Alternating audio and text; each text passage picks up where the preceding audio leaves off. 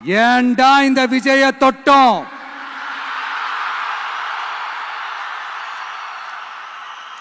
ஏண்டா விஜய் கூட இருக்கிற அந்த மக்களை தொட்டோம்? நினைச்சு நினைச்சு நினைச்சு ஃபீல் பண்ண போறீங்க. இப்ப கூட கரூரை பத்தி பேசுவேன்னு எதிர்பார்த்திருப்பாங்க. அதை நான் கொஞ்சம் அப்புறமா பேசுறேன். பட் இப்போ மக்கள் எல்லாரும் உங்களுக்கு தற்குறிகளா?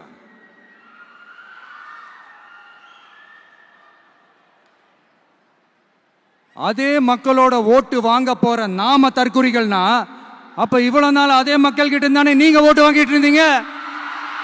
அப்ப நீங்க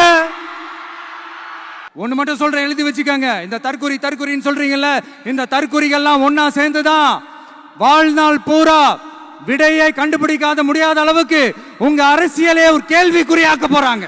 எல்லாரையும் தற்குறிகள்னு சொல்லி வாங்கி கட்டிக்கிட்டு இப்போ அவங்களாம் தற்குறி எல்லாம் கிடையாது, அப்படிலாம் அவங்கள கூப்பிடாதீங்க. அவங்க சங்கிகள்லாம் கிடையாது, அப்படிலாம் அவங்கள கூப்பிடாதீங்கன்னு சொல்லி ஒரு குரல் சட்டசபையில் ஆரம்பிச்சு ஒரு சாதாரண நிகழ்ச்சி வரைக்கும் எல்லா மேடையிலையும், மேடைக்கு மேடை டிவிக்கே தான். டிவிக்கே அவதூறு, அவதூறு டிவிக்கு, டிவிக்கே அவதூறு, அவதூறு டிவிக்கு. இந்த விஜய் சும்மா எதையும் சொல்ல மாட்டான். ஒன்னு சொன்ன அதை செய்யாம விட மாட்டான். அது மக்களுக்கு நல்லாவே தெரியும். அதனால பாப்பா, பவள விழா பாப்பா, நீ பாசாங்கு காட்டாத பாப்பா. நீ நல்லவர்கள் போல் நடிப்பதை பார்த்து நாடே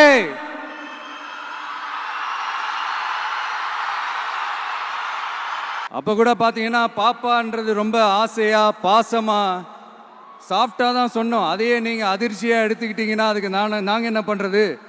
அதே நீங்க விமர்சனம்னு சொன்னீங்கன்னா நாங்க என்ன பண்றது? இன்னும் நாங்க விமர்சனம் செய்ய ஸ்டார்ட் பண்ணவே இல்லையே, இன்னும் நாங்க அடிக்க ஸ்டார்ட் பண்ணவே இல்லையே, அதுக்குள்ள அலர்னா எப்படி? குறி வைத்தால் தவற மாட்டேன், தவறுமானால் குறியே வைக்க மாட்டேன்.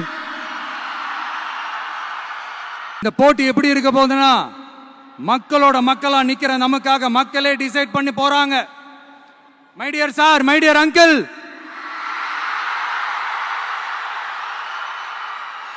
ஆல்ரெடி டிசைட் பண்ணியாச்சு. கான்பிடென்டா இருங்க மக்களே, நல்லதே நடக்கும், வெற்றி நிச்சயம்.